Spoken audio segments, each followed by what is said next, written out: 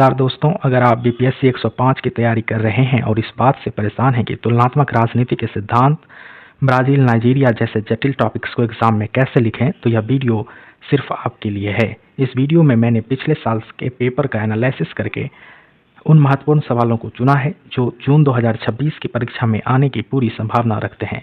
मैंने उत्तर को इतने सरल तरीके से समझाया है कि आपको रटने की जरूरत नहीं पड़ेगी। आज की इस क्लास के बाद तुलनात्मक शासन का आपका सारा डर खत्म हो जाएगा। तो चलिए बिना देरी के शुरुआत करते हैं। अपने साथ अपने नोटबुक्स ले लीजिए, क्योंकि मैं आपको ऐसे पॉइंट्स बताऊंगा जो एग्जाम में आप सीधे लिख सकते हैं। और वीडियो के अंत में मैंने एक प्रो टिप और टेबल आपके लिए शेयर किया है जो आपको सीधे 5-10 एक्स्ट्रा मार्क्स दिला सकते हैं। आज का हमारा पहला प्रश्न है, तुलनात्मक राजनीति के अध्ययन के लिए राजनीतिक अर्थव्यवस्था दृष्टिकोण और इसकी प्रासंगिकता की जांच कीजिए। यानी यहाँ पर हम जो है राजनीतिक अर्थव्यवस्था दृष्टिकोण और उसके जो है आज के रेलिवेंस के बारे में बात करेंगे। तो दोस्तों, जो है राजनीतिक अर्थव्यवस्था दृष्टिकोण सामाजिक और राजनीतिक घटनाओं को समझने का एक विशिष्ट तरीका है। इसमें राजनीति और अर्थशास्त्र को अलग अलग क्षेत्र के रूप में नहीं देखा जाता, बल्कि इनके बीच गहरे अंतर संबंधों का अध्ययन किया जाता है। यह दृष्टिकोण तुलनात्मक राजनीति के अध्ययन के लिए इस पुष्टि पर आधारित है कि राजनीति और अर्थशास्त्र के बीच एक निरंतर संबंध कार्य करता है जो सामाजिक और राजनीतिक घटनाओं की व्याख्या का सूत्र प्रदान करता है। यानी बात यही है कि जो राजनीतिक अर्थव्यवस्था दृष्टिकोण है, यह जो है किसी भी देश की या किसी भी जगह की जो है सामाजिक और राजनीतिक घटनाओं को समझने के लिए एक तरीके के तौर पर काम करता है। यहाँ पर हम राजनीति और उस क्षेत्र की अर्थव्यवस्था को अलग अलग नहीं देखते, बल्कि उनके बीच क्या संबंध है उनका अध्ययन करते हैं। और यह जो दृष्टिकोण है वह देखता है कि किस तरह से राजनीति और वहाँ का जो अर्थशास्त्र है उसके बीच एक संबंध कार्य कर रहा है, जो वहाँ की सामाजिक और राजनीतिक घटनाओं की व्याख्या करने के लिए हमें एक सूत्र प्रदान करता है। आइए अब बात करते हैं राजनीतिक अर्थव्यवस्था दृष्टिकोण के मुख्य आयाम की। तो राजनीतिक अर्थव्यवस्था की जो अवधारणा है, इसका जो कंसेप्ट है, वो अलग अलग वैचारिक परंपराओं जैसे कि उदारवादी या मार्क्सवादी परंपरा के आधार पर बदलती रहती है। इसके अध्ययन के जो कुछ प्रमुख आयाम हैं वो निम्नलिखित हैं। पहला अगर आयाम की बात करें, जो उसका ऐतिहासिक संदर्भ है, प्रारंभ में जो अर्थव्यवस्था का अर्थ है वह ग्रीक शब्द के अनुसार घरेलू प्रबंधन था। एडम स्मिथ ने इसे राजनेता या विधायक के विज्ञान की एक शाखा के तौर पर माना, जबकि मार्क्सवादी दृष्टिकोण के अनुसार यह उन सामाजिक संबंधों का अध्ययन है जो उत्पादन की प्रक्रिया में लोगों के बीच स्थापित होता है। यानी मार्क्सवादी दृष्टिकोण कहता है कि यह जो है समाज में जो लोग रह रहे हैं उनके बीच किस तरह का संबंध है उसी के बारे में है, जो कि उत्पादन प्रक्रिया में लगे हुए हैं और उनके बीच कैसा संबंध है, यानी मालिक और जो है वर्कर्स के बीच की यह बात करता है। यह आधुनिकीकरण सिद्धांत है, यानी कि यह दृष्टिकोण जो है पारंपरिक और आधुनिक समाजों के बीच अंतर करता है। यह मानता है कि विकास का अर्थ पारंपरिक संरचनाओं से आधुनिक पश्चिमी मॉडल की ओर संक्रमण है। यानी राजनीतिक अर्थव्यवस्था दृष्टिकोण का जो बेसिस है, जो आधार है, वह यह कहता है कि विकास जो हो रहा है वह कैसे आप जो पारंपरिक तरीका था, आपका जो पारंपरिक स्ट्रक्चर था, उससे निकलकर आप जो है आज मॉडर्न वेस्टर्न मॉडल की ओर जो ट्रांसफर हो रहा है आपका, उसके बारे में भी जो अध्ययन है उसी को यह विकास मानता है। इसके साथ साथ यह निर्भरता और विश्व प्रणाली का विश्लेषण भी करता है। यह दृष्टिकोण तर्क देता है कि विकास और अल्प विकास एक ही सिक्के के दो पहलू हैं। अमीर देश जो केंद्र पर होते हैं और गरीब देश जो परिधि पर होते हैं, वे गरीब देशों के संसाधनों का शोषण करके विकसित हुए हैं।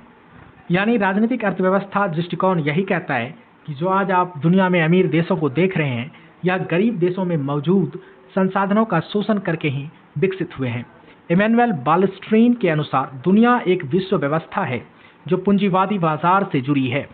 आइए अब तुलनात्मक राजनीति के अध्ययन में प्रासंगिकता की बात करते हैं, यानी कि राजनीतिक अर्थव्यवस्था दृष्टिकोण की क्या प्रासंगिकता है। तो तुलनात्मक राजनीति में इस दृष्टिकोण की प्रासंगिकता अत्यधिक है, क्योंकि यह केवल राजनीतिक संस्थाओं का नहीं बल्कि उन आर्थिक आधारों का भी विश्लेषण करता है जो शासन प्रणालियों को प्रभावित करते हैं।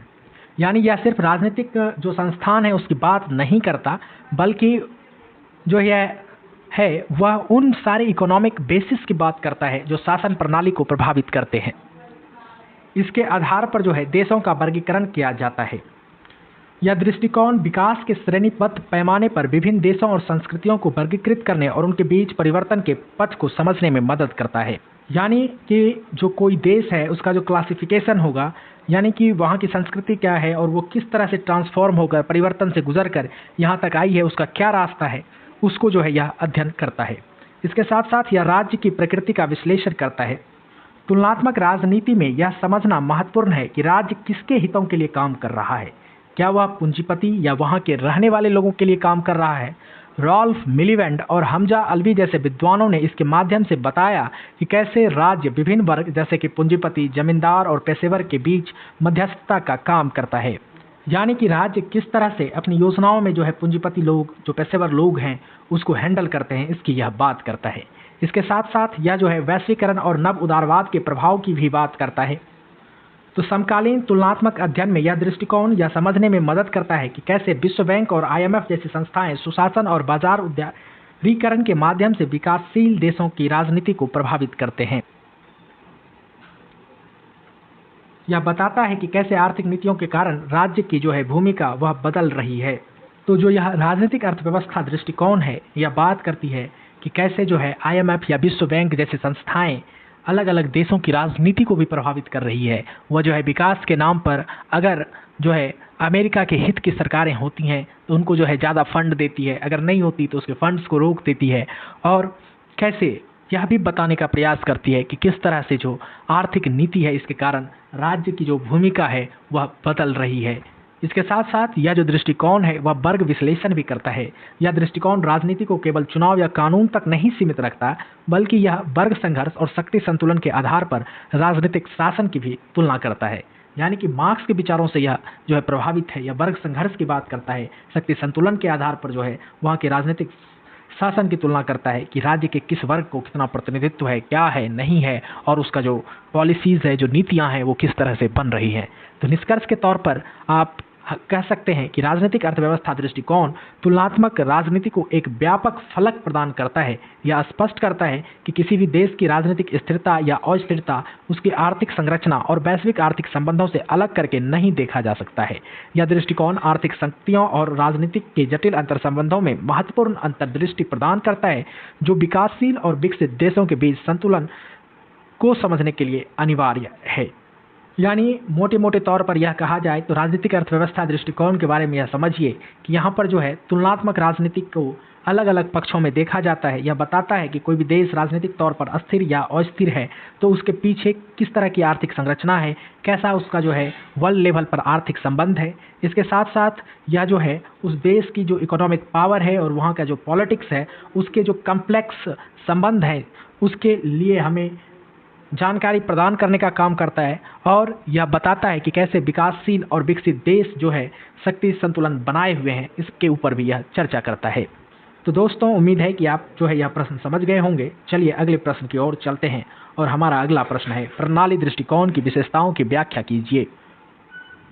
तो प्रणाली दृष्टिकोण को जो है राजनीतिक विज्ञान के अध्ययन का एक आधुनिक और वैज्ञानिक तरीका माना जाता है, जो राजनीतिक घटनाओं को एक एकीकृत इकाई के रूप में देखता है। आइए बात करते हैं प्रणाली दृष्टिकोण की मुख्य विशेषताओं की। तो प्रणाली दृष्टिकोण जो है मुख्य रूप से इस विचार पर आधारित है कि एक प्रणाली परस्पर संबंधित चरों का समूह है जिसमें नियमित और आंतरिक रूप से सुसंगत प्रतिरूप होते हैं। कहने का मतलब यही है कि जो सिस्टम बना हुआ है उसमें बहुत सारे वेरिएबल्स हैं, उनका ग्रुप है, जिसमें कि रेगुलर तौर पर और इंटरनल रूप से ये जो है क्या है एक ऑर्गेनाइज्ड रूप दिखाते हैं। तो इसकी जो विस्तृत विशेषताएं हैं वो इस प्रकार हैं। तो पहला विशेषता यह है कि यह अंतर संबंध और परस्पर निर्भरता को दिखाता है।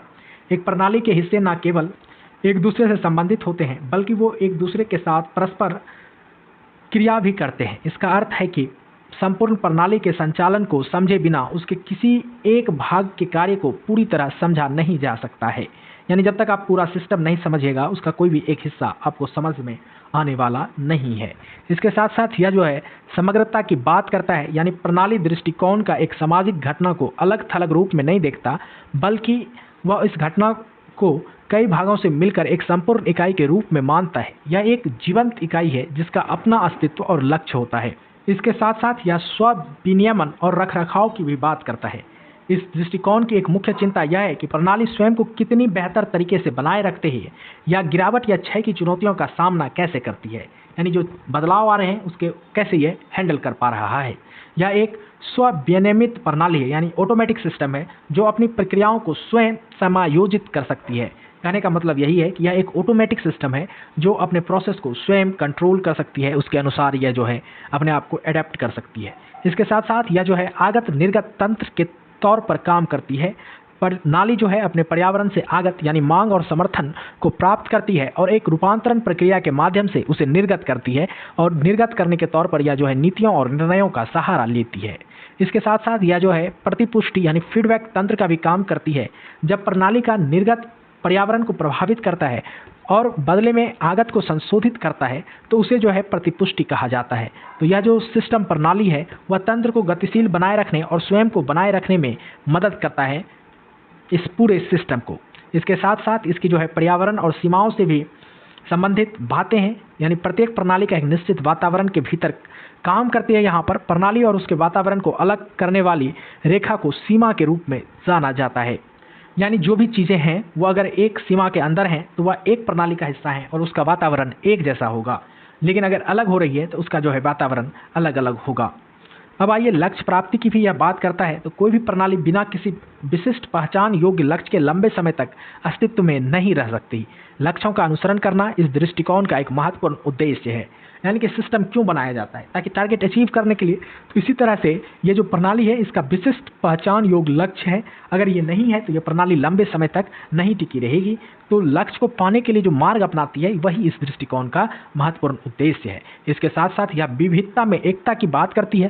तो प्रणाली दृष्टिकोण भागों के अलग अलग अस्तित्व को मान्यता देते हुए उसकी एकता की बात करती है।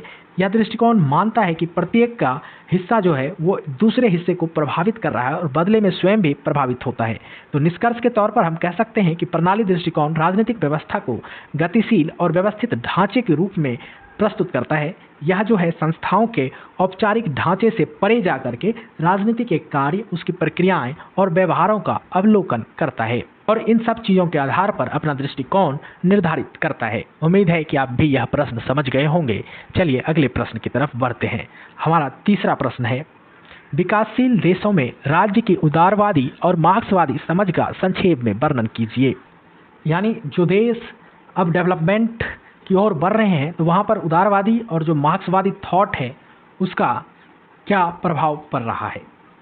तो आइए इस पर चर्चा करते हैं। तो विकासशील देश, जिसे तीसरी दुनिया के देश के रूप में जाना जाता है, यहाँ पर राज्य की प्रकृति को समझने के लिए राजनीतिक चिंतकों ने अलग अलग ढांचों का प्रयोग किया है। जहाँ उदारवादी दृष्टिकोण राज्य को एक तटस्थ मध्यस्थ के रूप में देखता है, यानी कि दोनों पक्षों की बात करने वाला, जबकि मार्क्सवादी दृष्टिकोण इसे प्रभावी वर्गों के साधन के रूप में विश्लेषित करता है। यानी कि जो मार्क्सवादी दृष्टिकोण है वह कहता है कि राज्य में जो प्रभावी लोग हैं उसी के साधन के तौर पर राज्य काम करता है। आपके बुक के अनुसार ये दोनों सिद्धांत विकासशील देशों की विशिष्ट औपनिवेशिक पृष्ठभूमि और सामाजिक जटिलताओं के कारण यहाँ अलग अलग तरह से लागू होते हैं। यानी कि जो भी कोई राज्य है या देश है तो वहाँ की क्या औपनिवेशिक पृष्ठभूमि रही है, वह किसका गुलाम रहा है और वहाँ किस तरह की जो है सामाजिक जटिलताएं हैं, जाति या नस्लीय विविधताएं कैसी हैं, तो इन सब के आधार पर यह लागू होता है। तो आइए बात करते हैं राज्य की उदारवादी समझ की। तो उदारवादी जो सिद्धांत है इसका मुख्य तर्क यही है कि राज्य एक तटस्थ एजेंसी है, यानी वह न्यूट्रल है, किसी के तरफ नहीं झुका हुआ है। इसके साथ साथ राज्य जो है मध्यस्थ की भूमिका निभाती है, यानी दलाल की भूमिका निभाती है। समाज में विभिन्न जो है प्रतिस्पर्धी समूह होते हैं, इनमें कंपटीशन होता है। राज्य इन समूहों के बीच एक रेफरी या अंपायर या मध्यस्थ की तरह कार्य करता है। या किसी समूह को विशेषाधिकार नहीं देता, बल्कि सभी की मांगों पर विचार कर समान हित में निर्णय लेता है। यानी राज्य का काम है अंपायर की तरह रहना और जो सबका मांग है उस पर जो है आचार विचार करके जो है किसी को स्पेशल प्रिविलेज नहीं देते हुए सामान्य हित में, जनरल पब्लिक के हित में निर्णय देता है। इसके साथ साथ यहाँ पर कुलीन वर्ग और लोकतंत्र के बीच संबंध देखने के लिए मिलता है। तो जो उदारवादी लेखक हैं उनका मानना है कि राज्य पर कुलीन समूहों का प्रभुत्व होता है, यानी उनकी ही बातें मानी जाती हैं, लेकिन यह प्रभुत्व आर्थिक संसाधनों के कारण नहीं बल्कि व्यक्तिगत विशेषताओं के कारण होती हैं। यानी कि उदारवादी तंत्र यह मानता है कि राज्य जो है व्यक्ति विशेष के कारण अपना प्रभुत्व जो है वो बदल सकता है। तो लोकतंत्र में चुनावी मजबूरियां इन कुलीन वर्गों को जन कल्याण के लिए काम करने हेतु विवश करती है। यानी कि जो है जन कल्याण के लिए ही सरकार को काम करना है, तो जो कुलीन वर्ग है वह जन कल्याण की बात नहीं करेगा तो वोट उसको कैसे मिलेगा। इसके साथ साथ यह जो है उदारवादी दृष्टिकोण यह आधुनिकीकरण का साधन है। विकासशील जो देश है यहाँ पर उदारवादी दृष्टिकोण राज्य को एक ऐसे साधन के रूप में देखता है जो पारंपरिक कृषि समाज को आधुनिक औद्योगिक समाज में परिवर्तित करता रहता है, यानी कृषि से छोड़कर या इंडस्ट्री के तरफ जाने की बात करता है। अब बात करें उदारवादी दृष्टिकोण के आलोचना की, तो उदारवादी दृष्टिकोण जो है उसकी आलोचना यही है कि यह सिद्धांत इस तथ्य की अनदेखी कर देता है, इग्नोर कर देता है कि व्यक्ति की राजनीतिक क्षमता उसके आर्थिक संसाधनों से तय होती है, और यह समाज के वर्ग विभाजन को भी नकार देता है। कितना भी आर्थिक संसाधन हो लेकिन समाज में जो है वर्ग विभाजन देखने के लिए मिलता ही है। आइए अब बात करते हैं राज्य के मार्क्सवादी समझ की। मार्क्सवादी ढांचे में राज्य नहीं तो निष्पक्ष है, ना ही कोई सामान्य ट्रस्टी। राज्य पर जो है प्रभावी वर्गों का उपकरण होता है, यानी मार्क्सवाद यह कहता है कि राज्य प्रभावी वर्गों के हितों की रक्षा करने वाला एक उपकरण है। राज्य की प्रकृति समाज में श्रम विभाजन पर निर्भर करती है। यानी कि मार्क्सवाद के अनुसार जो राज्य है यहाँ पर जो इन्फ्लुएंशियल ग्रुप हैं, इन्फ्लुएंशियल क्लास हैं, उनके जो बेनिफिट्स हैं उसको ये प्रोटेक्ट करने का काम करता है, और इसी का एक उपकरण है आपका राज्य। इसके साथ साथ यह विकासशील देशों के लिए संशोधन की बात करता है। चूंकि मार्क्स के जो मूल विचार हैं वह विकसित पूंजीवादी देशों पर आधारित थे, इसीलिए विकासशील देशों में इसमें बदलाव किए गए हैं। यहाँ राज्य केवल एक वर्ग का नहीं है बल्कि कई वर्ग जैसे कि जमींदार, स्थानीय पूंजीपति और विदेशी पूंजीपति के गठन का प्रतिनिधित्व करता है। इसके अलावा जो है मार्क्सवादी विचारधारा अति विकसित राज्य की बात करता है। तो मार्क्सवादी विचारक जैसे कि हमजा अल्वी जैसे लेखकों के प्रभाव में यह मानते हैं कि तीसरी दुनिया का राज्य अति विकसित है। इसका मतलब यही है कि यहाँ का प्रशासनिक ढांचा, सेना और नौकरशाही समाज की उत्पादन शक्तियों से अधिक विकसित है, क्योंकि इसको जो है औपनिवेशिक शक्तियों ने बनाया था, इसीलिए यह ज़्यादा विकसित है। इसके साथ साथ यह तुलनात्मक विश्लेषण यानी कि स्वायत्ता और निर्भरता की भी बात करता है। मार्क्सवादी विश्लेषण में स्वायत्ता देखी जाती है। तो मार्क्सवादी विश्लेषण कहता है विकासशील राज्यों को सापेक्षिक स्वायत्ता प्रदान होती है। चूंकि कोई भी एक स्थानीय वर्ग पूर्णतः शक्तिशाली नहीं होता है, इसलिए राज्य इन वर्गों के बीच संतुलन बनाने के लिए स्वतंत्र रूप से कार्य कर सकता है। इसके अलावा जो है महानगरीय नियंत्रण भी होता है। तो मार्क्सवादी दृष्टिकोण निर्भरता सिद्धांत पर भी जोर देता है, जिसके अनुसार विकासशील राज्य राजनीतिक रूप से स्वतंत्र होने के बावजूद आर्थिक रूप से महानगरीय पूंजी या विकसित देशों पर निर्भर रहते हैं। यानी कि मार्क्सवादी दृष्टिकोण यही मानता है कि जो विकासशील देश हैं वहाँ पर रिलेटिव ऑटोनॉमी होता है, यानी कि कोई भी स्थानीय वर्ग यहाँ पर पूरा तरह से शक्तिशाली नहीं है, इसलिए राज्य क्या करता है अलग अलग स्थानीय वर्ग के बीच संतुलन बनाए रखने के लिए मध्यस्थ का काम करता है, यानी स्वतंत्र रूप से काम कर सकता है। इसके साथ साथ यह जो है निर्भरता की भी बात करता है, यानी कि विकासशील राज्य जो है राजनीतिक रूप से स्वतंत्र है लेकिन फिर भी वह जो है आर्थिक रूप से विकसित देशों पर निर्भर है अपने विकास के लिए। तो निष्कर्ष यही है कि उदारवादी दृष्टिकोण राज्य को विकास और आधुनिकीकरण के एक तटस्थ इंजन के रूप में देखता है, यानी उदारवादी दृष्टिकोण कहता है राज्य न्यूट्रल है, जबकि मार्क्सवादी दृष्टिकोण इसे औपनिवेशिक विरासत और वर्ग संघर्ष के एक जटिल उत्पाद के रूप में देखता है। यह कहता है कि जो है संघर्ष के साथ साथ औपनिवेशिक जो विरासत आई है, गुलामी की जो प्रकृति है, उसी से यह बना है। मार्क्सवाद ऐसा मानता है। तो विकासशील देशों में राज्य न केवल स्थानीय वर्ग बल्कि वैश्विक बाजार और विदेशी शक्तियों के दबाव के बीच अपनी पहचान और स्वायत्तता यानी अपनी आइडेंटिटी और ऑटोनॉमी बनाए रखने का प्रयास करते रहता है। यानी राज्य यहाँ पर पूरी तरह से स्वतंत्र नहीं होता है। आइए अब चौथे प्रश्न की बात करते हैं। चौथा प्रश्न है समकालीन समय में पूंजीवादी विकास से उत्पन्न होने वाली महत्वपूर्ण समस्याओं और मुद्दों का वर्णन कीजिए। आइए इसके परिचय की बात करें तो 19वीं शताब्दी से शुरू हुआ पूंजीवाद विकास आज एक वैश्विक घटना बन चुका है। हालांकि इसने अभूतपूर्व तकनीकी और भौतिक प्रगति की है, लेकिन समकालीन समय में इसके कारण कई गंभीर सामाजिक, आर्थिक और राजनीतिक समस्याएं उत्पन्न हुई हैं। फुकुयामा जैसे विचारकों ने भले ही उदार लोकतंत्र और पूंजीवाद की जीत की घोषणा की थी, लेकिन वर्तमान चुनौतियों ने इस व्यवस्था पर पुनः विचार करने को मजबूर कर दिया है। तो आइए बात करते हैं पूंजीवाद यानी कैपिटलिज्म के होने के कारण किस तरह की समस्याएं हो रही हैं। तो प्रमुख आर्थिक समस्याएं क्या क्या हैं। तो पूंजीवादी विकास ने वैश्विक स्तर पर आर्थिक ढांचे में गहरी विसंगतियां पैदा की हैं, डिफरेंसेस लाया है।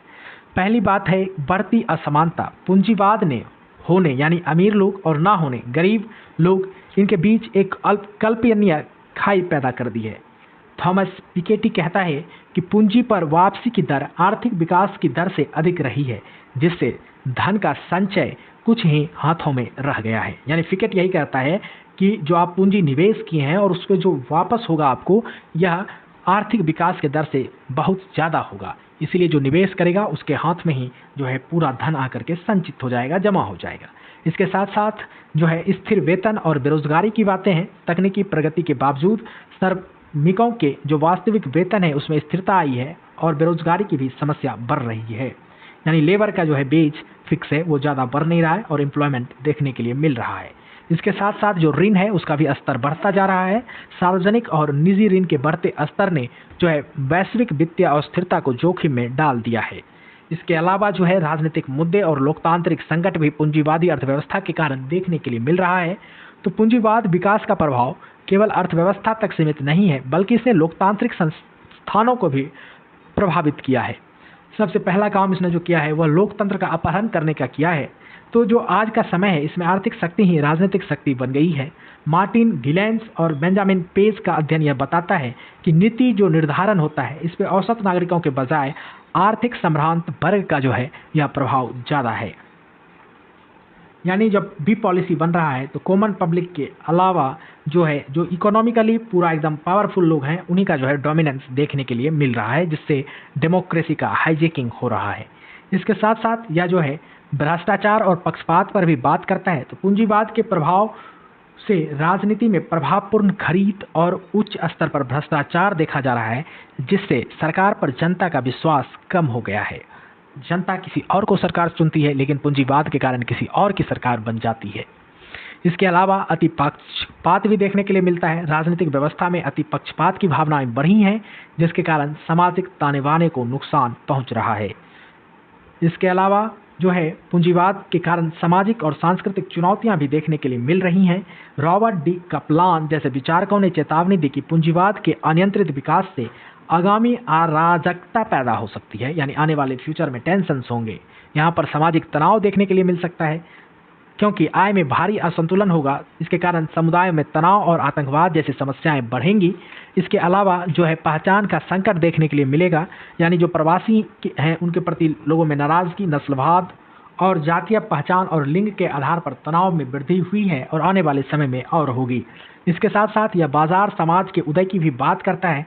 माइकल सैंडल कहता है, हम बाजार अर्थव्यवस्था में बाजार समाज की ओर बढ़ रहे हैं, जहां सब कुछ जो है बिक्री योग्य चीज बन गया है। यहाँ तक कि साझा जो नागरिक जीवन है वह भी बेचा जा रहा है, हवा, वायु, पानी के साथ साथ। ये चीज़ें जापान में देख सकते हैं आप। इसके अलावा वैकल्पिक समाधानों की खोज की अगर बात करें तो इन समस्याओं से निपटने के लिए समकालीन समय में कुछ विकल्पों पर चर्चा की जा रही है। जैसे यहाँ पर पुनर्वितरण नीतियाँ की बात होती है, तो थॉमस पिकेटी जो है धन के प्रगतिशील वैश्विक कर लगाने का सुझाव देते हैं। लोकतांत्रिक उदारवाद और समाजवाद की बात जा रही है, तो इजाबेल पिसिहिल ने 3 विकल्पों की चर्चा की है। यानी पहला जो विकल्प वो देते हैं वो लोकतांत्रिक समाजवाद का है, यानी राज्य को हस्तक्षेप करना चाहिए। इसके साथ साथ वो लोकतांत्रिक उदारवाद की बात करते हैं, यानी मिश्रित अर्थव्यवस्था हो, यानी साम्यवादी और पूंजीवादी दोनों हो, और सामाजिक पूंजीवाद होना चाहिए, सोशल कैपिटलिज्म, ताकि पूरा जो समाज है वह प्रगति कर सके।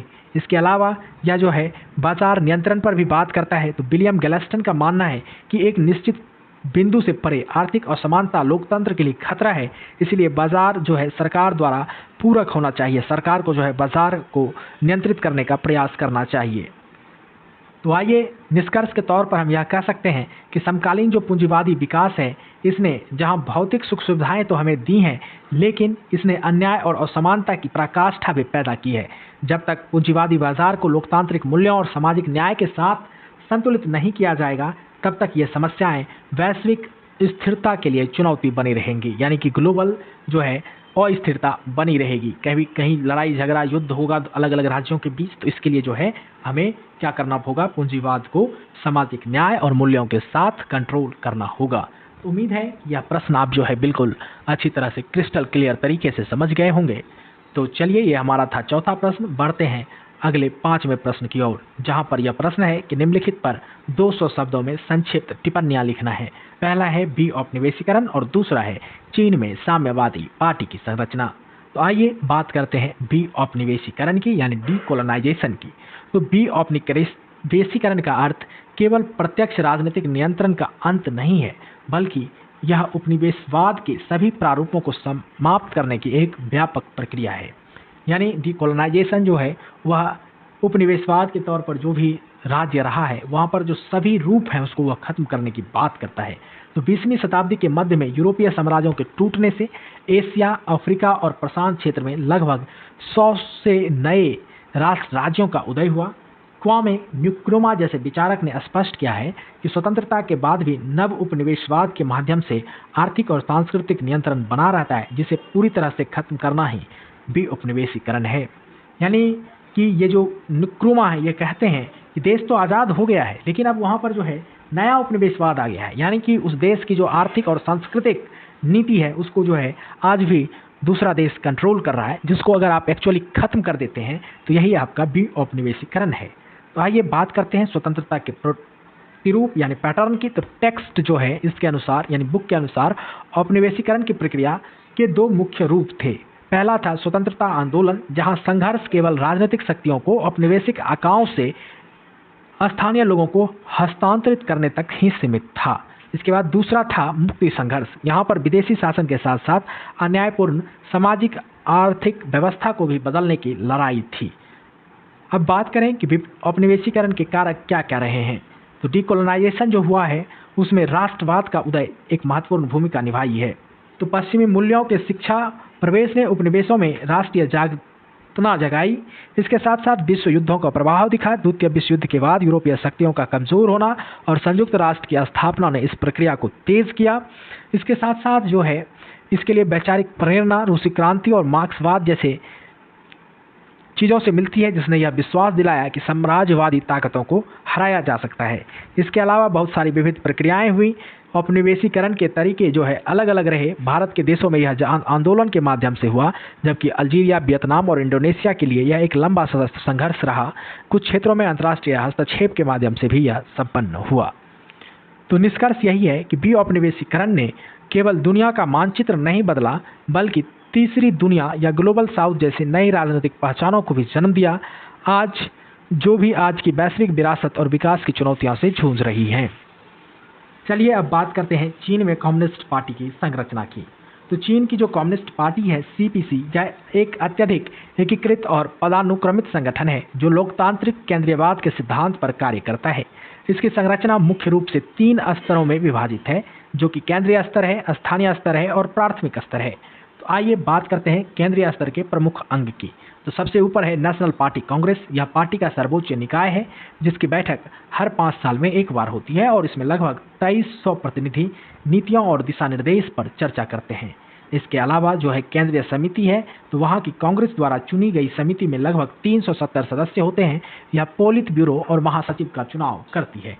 अब अगर बात करें राजनीतिक ब्यूरो या पॉलिट ब्यूरो की और अस्थायी समिति की, तो पॉलिट ब्यूरो में जो है चीन के अंदर कम्युनिस्ट पार्टी में 25 वरिष्ठ नेता होते हैं, लेकिन वास्तविक शक्ति अस्थायी समिति के पास होती है, जिसमें 8% 7 सदस्य हैं। यह चीन की सबसे शक्तिशाली निर्णय लेने वाली संस्था है। महासचिव की बात करें तो यह पार्टी का प्रमुख और सर्वोच्च पद है, जो सचिवालय और अंगों की अध्यक्षता करता है। इसके अलावा यहाँ पर जो है बहुत सारे महत्वपूर्ण संस्थान भी हैं, जिनमें प्रमुख है सचिवालय। यह पार्टी के दैनिक प्रशासनिक कार्यों और समन्वय के लिए जिम्मेदार है। इसके अलावा जो केंद्रीय सैन्य आयोग है, सेंट्रल मिलिट्री कमीशन, यह सशस्त्र बलों पर पार्टी के नियंत्रण को सुनिश्चित करता है। इसके अलावा केंद्रीय अनुशासन निरीक्षण आयोग CCDI, यह पार्टी के भीतर भ्रष्टाचार विरोधी प्रहरी के रूप में कार्य करता है। इसके अलावा जो है कम्युनिस्ट पार्टी में स्थानीय और प्राथमिक संगठन देखने के लिए मिलता है। तो पार्टी की संरचना जो है प्रांतों, नगर पालिकाओं से लेकर गांव, स्कूल और कारखानाओं तक फैली हुई है, जहां कम से कम 3 पूर्ण सदस्य होते हैं वहाँ एक प्राथमिक पार्टी संगठन बनाया जाता है जो जमीनी स्तर पर पार्टी की नीतियों का प्रचार करती हैं। तो निष्कर्ष यही है कि जो चीनी कम्युनिस्ट पार्टी सीपीसी है, यह सुदृढ़ संरचना सुनिश्चित करती है कि केंद्र से लेकर ग्रामीण स्तर तक सत्ता पर पार्टी का पूर्ण नियंत्रण बना रहे। तो दोस्तों, ये था हमारा 5वां प्रश्न। आइए छठे महत्वपूर्ण प्रश्न पर चर्चा करते हैं। हमारा छठा प्रश्न है, ब्रिटेन की संसदीय व्यवस्था में कार्यपालिका और विधायपालिका के परस्पर संबंध की विशेषण कीजिए। तो ब्रिटेन की अगर संसदीय प्रणाली की बात करें तो कार्यपालिका और विधायिका के बीच की जो संबंध की प्रकृति है, इसी के ऊपर हमें चर्चा करना है। तो ब्रिटेन की जो वेस्टमिनिस्टर प्रणाली है, इसमें कार्यपालिका और विधायिका के बीच संबंध जो है शक्ति के पृथक्करण के बजाय शक्ति के संलयन पर आधारित है, यानी सेपरेशन ऑफ पावर्स नहीं है, बल्कि वहाँ पर कंसंट्रेशन ऑफ पावर है। जबकि अमेरिका में ये दोनों निकाय पूरी तरह से अलग अलग हैं, वहीं ब्रिटेन में ये दोनों निकाय आपस में बहुत ही गहराई से जुड़े हुए हैं। आइए अब बातें करते हैं यहाँ पर क्या क्या चीज़ें हैं। तो पहला है संरचनात्मक जुड़ाव। तो ब्रिटेन में जो कार्यपालिका है, यानी कि जो प्रधानमंत्री और मंत्रिमंडल हैं, वो विधायिका से ही उत्पन्न होती हैं। वहाँ के संविधान के अनुसार प्रधानमंत्री और मंत्रियों का संसद जो है, मुख्यतः ये दोनों हाउस ऑफ कॉमन्स का सदस्य होना जरूरी होगा। कार्यपालिका के सदस्य विधायिका के भी सदस्य होते हैं, जिससे दोनों के बीच निरंतर संबंध और समन्वय बना रहता है। यानी कि कार्यपालिका और जो विधायिका है, वो दोनों आपस में संबंधित रहते हैं। इसके अलावा यहाँ पर कार्यपालिका का विधायी नियंत्रण है। यद्यपि संसद को जो है कानूनी रूप से संप्रभु माना जाता है, लेकिन व्यवहार में कार्यपालिका का संसद पर अत्यधिक नियंत्रण होता है। यानी यहाँ पर एजेंडा निर्धारण किया जाता है। जो सरकार है, कार्यपालिका ही संसद का अधिकांश कार्य, समय और विधायी एजेंडा तय करती है। इसके अलावा जो पार्टी अनुशासन है, व्हिप है, इसके माध्यम से पार्टी का कड़ा अनुशासन बनाए रखती है, जिससे सरकार पर अपने बहुमत के बल पर किसी भी विधेयक को पारित करा लेती है। और पार्टी निष्ठा के कारण सांसद अक्सर कार्यपालिका की इच्छाओं को लागू करने का साधन बन जाती है। इसके अलावा यहाँ जो है बहुमत का शासन देखने के लिए मिलता है। प्रधानमंत्री जो होते हैं ब्रिटेन के, उनके पास कॉमन्स में बहुमत प्राप्त होता है, जिसे उन्हें कानून और नीतियाँ बनाने का व्यापक आधार और अधिकार प्राप्त होता है। इसके अलावा यहाँ जो है विधायिका के प्रति जवाबदेही होती है। संबंधों की प्रकृति केवल नियंत्रण तक सीमित नहीं है, बल्कि कार्यपालिका को विधायिका के प्रति उत्तरदायी भी होना पड़ता है। यहाँ पर सामूहिक जिम्मेदारी की बात होती है। कैबिनेट जो है सामूहिक जिम्मेदारी के सिद्धांत पर कार्य करती है।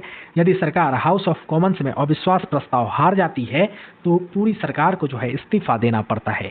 इसके साथ साथ यह जो है संसदीय नियंत्रण के साधन के तौर पर काम करती है। संसद प्रश्नकाल, वाद विवाद सत्र और संसदीय समिति के माध्यम से सरकार से सवाल पूछती है और उसे जो है जवाबदेह ठहराती है। यानी यहाँ पर जो है सारा कुछ होता है कि सवाल पूछे जाएंगे, वाद विवाद होगा और उसको जो है सरकार को जवाबदेह ठहराया जाएगा, कोई योजना हो रहा है नहीं हो रहा है उसके लिए। इसके अलावा यहाँ जो है विपक्ष की भी भूमिका होती है। महामहिम का विरोध सरकार की नीतियों की आलोचना करता है और वैकल्पिक नीतियां भी पेश करता है विपक्ष, जिससे कार्यपालिका अपनी शक्ति का जो है दुरुपयोग नहीं कर सकता। अब जो वहाँ की प्रधानमंत्री हैं, उनकी भूमिका जो है समकक्षों में प्रथम वाली है। तो ब्रिटिश कार्यपालिका का जो प्रमुख है वह प्रधानमंत्री होता है। प्रधानमंत्री की स्थिति समकक्षों में प्रथम की होती है। वे मंत्रियों की नियुक्ति करते हैं और राजशाही से चुनाव कराने का अनुरोध कर सकते हैं। एक मजबूत व्यक्तित्व वाला ही प्रधानमंत्री अक्सर मंत्रिमंडल और संसद दोनों पर अपना प्रभाव बनाए रखता है।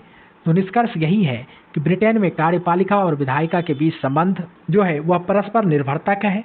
कार्यपालिका कानून बनाने के लिए विधायिका पर निर्भर है, जबकि विधायिका अपने अस्तित्व और दिशा के लिए कार्यपालिका यानी वहाँ जो मेजॉरिटी वाली पार्टी है उसके ऊपर निर्भर है।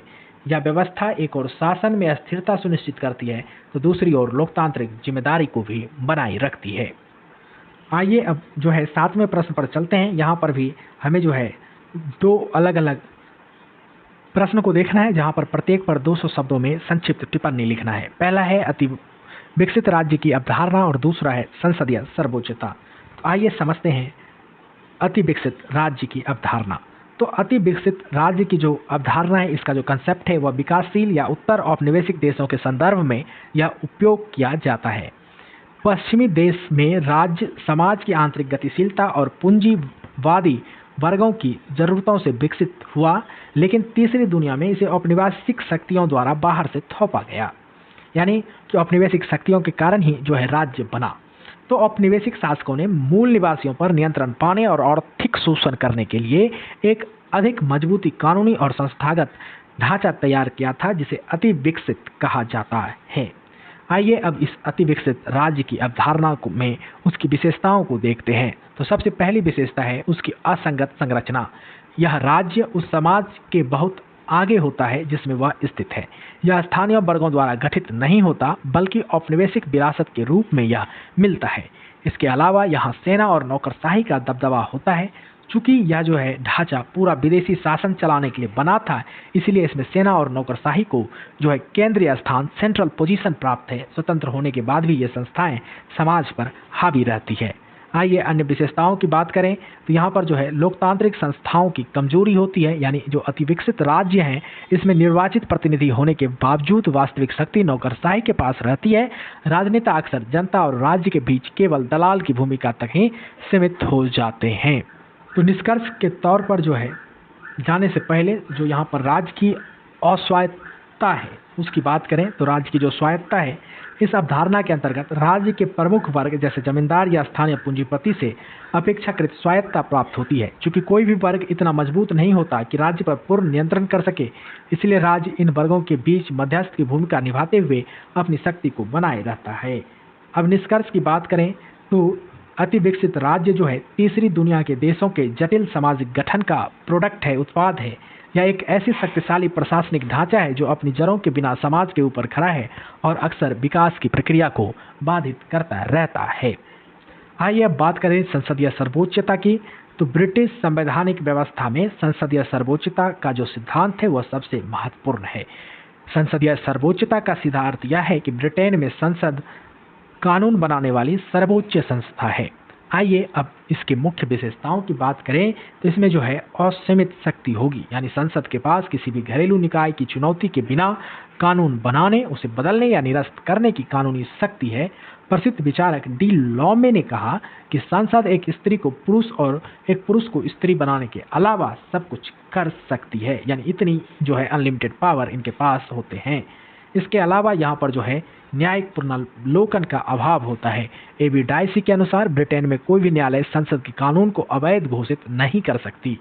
इसके अलावा यहाँ के संविधान में लचीलापन होता है।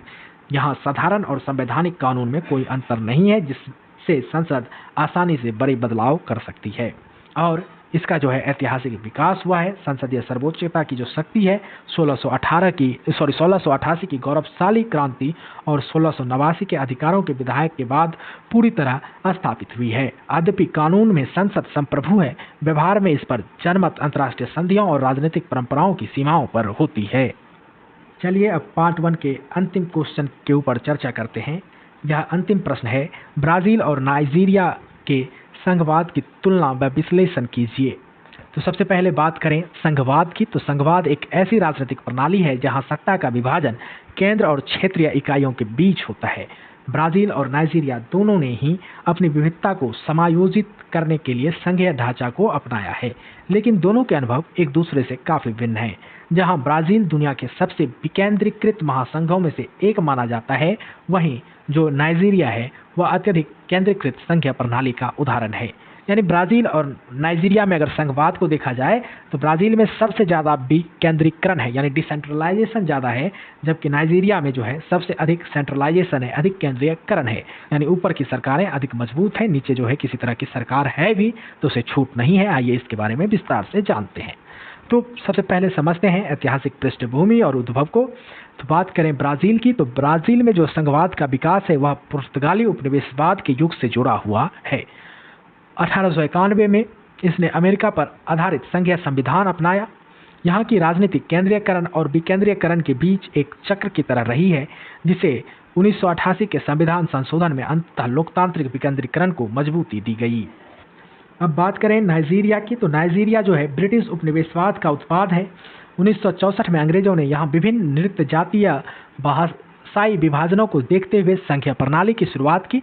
स्वतंत्रता के बाद नाइजीरिया का इतिहास सैन्य शासन और यह गृह युद्ध से प्रभावित रहा, जिसने संघीय ढांचे को शीर्ष स्तर पर भारी बना दिया गया, यानी शीर्ष भारी बनाने का काम हुआ है। अब आइए शक्तियों की विभाजन और संरचनात्मक अंतर को देखें। तो जो दोनों देश हैं इनके बीच संघीय ढांचाओं में शक्तियों का बंटवारे का तरीका जो है अलग अलग है।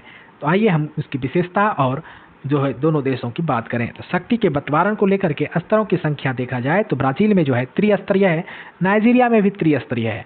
ब्राजील में केंद्र, राज्य और नगर पालिकाएं हैं, जबकि नाइजीरिया में केंद्र, राज्य और स्थानीय सरकार है।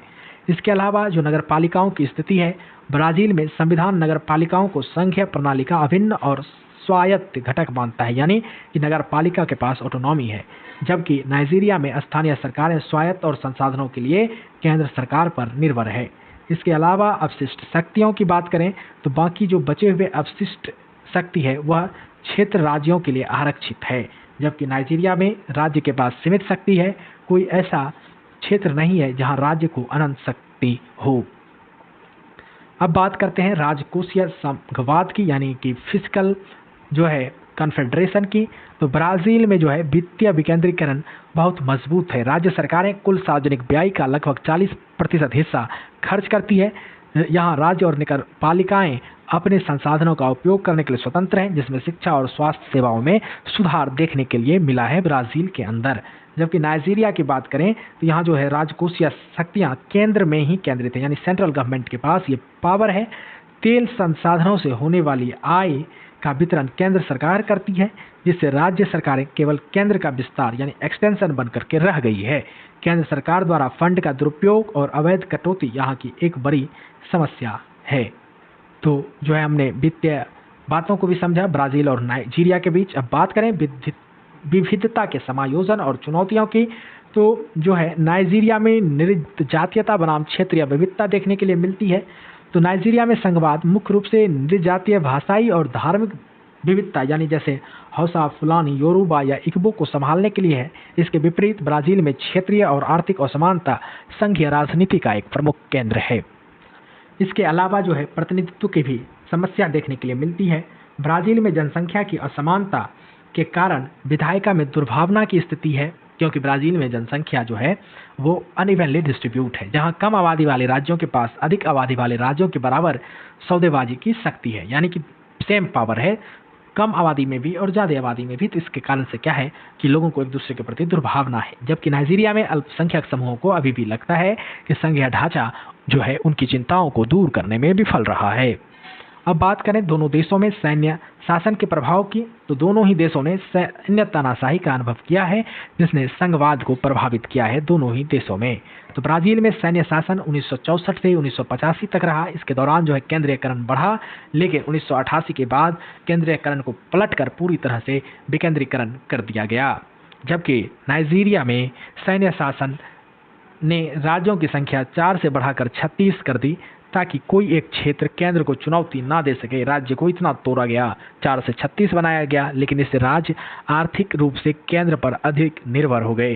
तो निष्कर्ष जो है दोस्तों यही है कि ब्राजील और नाइजीरिया का अनुभव यह सिखाता है कि संघवाद केवल सत्ता के बंटवारे का नाम नहीं है, बल्कि जो संघवाद है वह विविधता और एकता के बीच का संतुलन है, डाइवर्सिटी और यूनिटी के बीच एक जो है बैलेंसिंग लाइन है। ब्राजील का अनुभव सहकारी और केंद्रीकृत संघवाद की ओर झुकता है, जहां स्थानीय इकाइयों को संवैधानिक दर्जा प्राप्त है, जबकि दूसरी तरफ नाइजीरिया का अनुभव केंद्रित या एकात्मक संघवाद की ओर है, जहां केंद्र का वर्चस्व है और यह राज्य स्वायत्तता के लिए यहाँ पर संघर्ष कर रहे हैं। तो संघवाद तभी सफल होता है जब राष्ट्र की एकता और क्षेत्रीय आकांक्षाओं के बीच जो है सही संतुलन बना हुआ रहता है राज्य के द्वारा। तो दोस्तों बीपीएससी 105 के सबसे एग्ज़ाम स्पेशल महत्वपूर्ण प्रश्न, अगर आप इन 8 सवालों को तैयार कर लेते हैं तो एग्ज़ाम में आपको बहुत मदद मिलेगी। मुझे उम्मीद है कि यह वीडियो आपके लिए काफ़ी हेल्पफुल रही होगी। अगर आपको मेरे समझाने का तरीका पसंद आया है तो वीडियो को एक लाइक ज़रूर करें, और हाँ, अगर आपने अभी तक चैनल को सब्सक्राइब नहीं किया है तो कर लीजिए और अपने दोस्तों से भी करवा दीजिए, क्योंकि इग्नू एग्ज़ाम से जुड़ी हुई हर महत्वपूर्ण मैराथन और वीडियोज़ आपको सबसे पहले मिलेंगी। इसके अलावा जो है आपको जून और आगामी परीक्षाओं की भी पूरी तैयारी कराई जाएगी। तो मिलते हैं अगले वीडियो में इसके पार्ट 2 के साथ, जहां हम और भी महत्वपूर्ण प्रश्नों को डिस्कस करेंगे, ताकि एग्ज़ाम में आने वाला हर सवाल से आप पहले से ही परिचित रहें। तब तक पढ़ते रहिए, बढ़ते रहिए। धन्यवाद। जय हिंद।